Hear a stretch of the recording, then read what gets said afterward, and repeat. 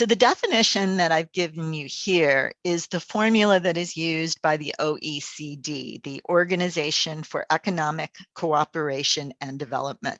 And the formula that they use looks at the difference between men and women's median earnings divided by men's median earnings multiplied by 100 to bring it to a percentage. So for example, if men are making $1,000 a week and women are making $800 a week, we would describe that as a 20% pay gap. And whenever we talk about pay gaps, positive numbers signify that men are making more money than women. Now, I chose those numbers with intent to get us to 20% because that's what the OECD describes as the overall gender pay gap around the world. So without taking into account specific country differences. Now, you're going to see in this presentation that there are a few places where I just pause and try and take a step back and think about some of the implications. And this is the first example of that. You know, it looks like a really straightforward formula, but one of the things that we see in gender pay gap research is that sometimes it's really hard to compare apples with apples because there are little tweaks that different groups make to the formula. So the OECD is very specific that they focus on median earnings. They're looking at the middle wage in an entire distribution. You'll find other groups that focus on mean earnings. There are some groups that include the CEO in these calculations. There are some groups that exclude the CEO. And one of the really big things that we see making a difference is that some groups will calculate the gender pay gap specifically on salary. And some groups will think about the gender pay gap as focusing on the entire remuneration package. That would include incentives, bonuses, things like that. So always make sure that you're trying to compare apples to apples. Today, I'm focusing on this definition because the OECD is one of the few places where we can find the same calculation being used across different countries. So when we look at those international comparisons, usually Scandinavian countries report the lowest gender pay gaps. And that's largely because of some of the particular policies and practices that they have. So they offer extended parental leave for both parents. There's wide embrace of flexible working arrangements. There's highly subsidized childcare.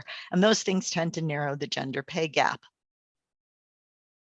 Australia, the United States, the UK, Canada, we're kind of around the middle. We tend to have about a 14 to 17% pay gap.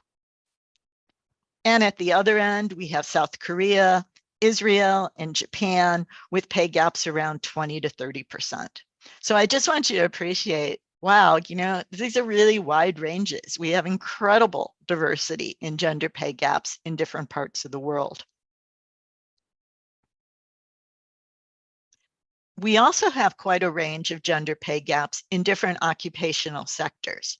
So in general, the public sector, education, manufacturing, these tend to report somewhat smaller gender pay gaps. And a lot of it has to do with how standardized processes are.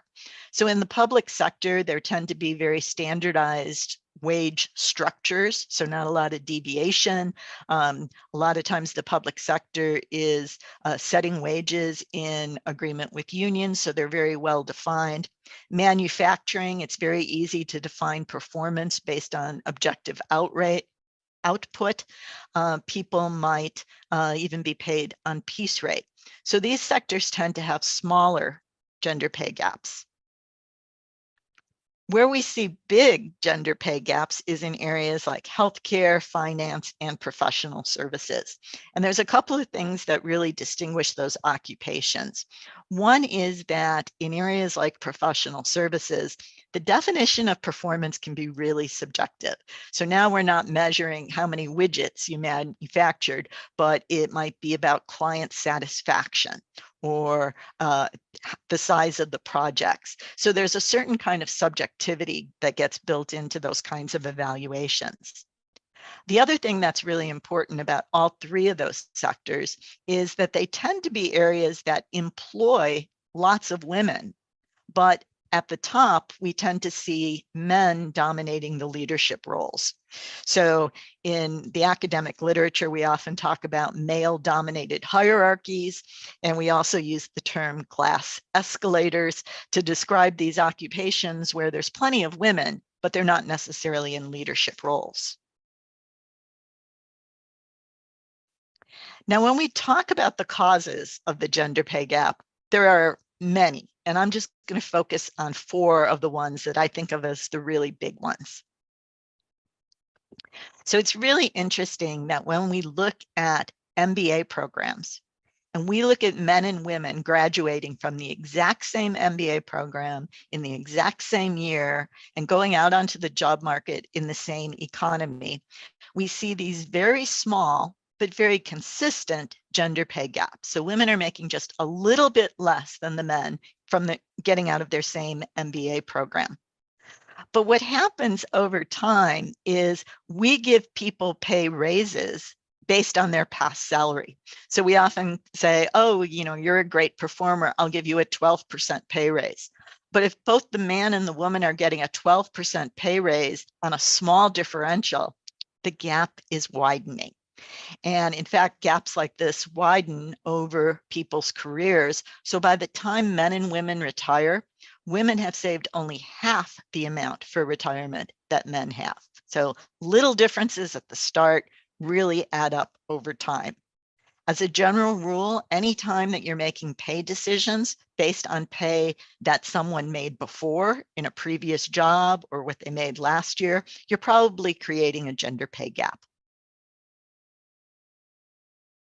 The second cause of gender pay gaps is the fact that women still are the primary person who is responsible for childcare, for any kind of family responsibilities for elderly parents. And what that means is that they are taking career breaks from their career ladder. And during that segment of time, when they're primarily focusing on their family and not on their career, they're missing some critical performance reviews. They're missing some opportunities for pay raises. So again, we're widening a gap.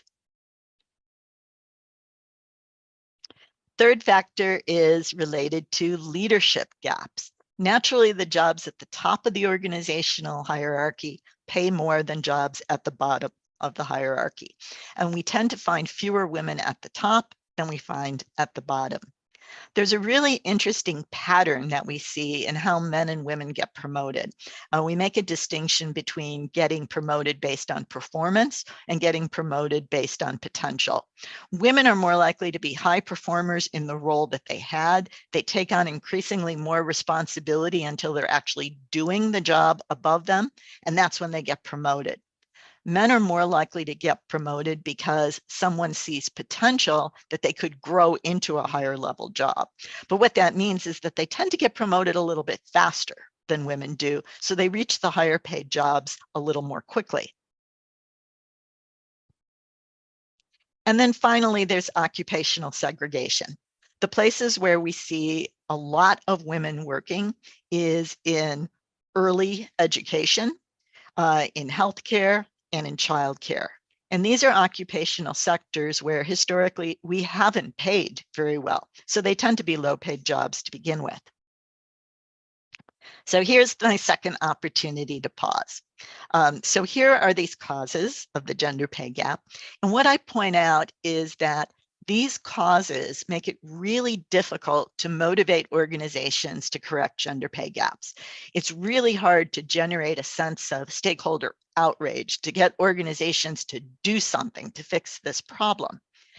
There's a really strong negative public sentiment when we can show that men and women in exactly the same job are getting paid differently. We recognize that as pay discrimination, and we don't want anything to do with it.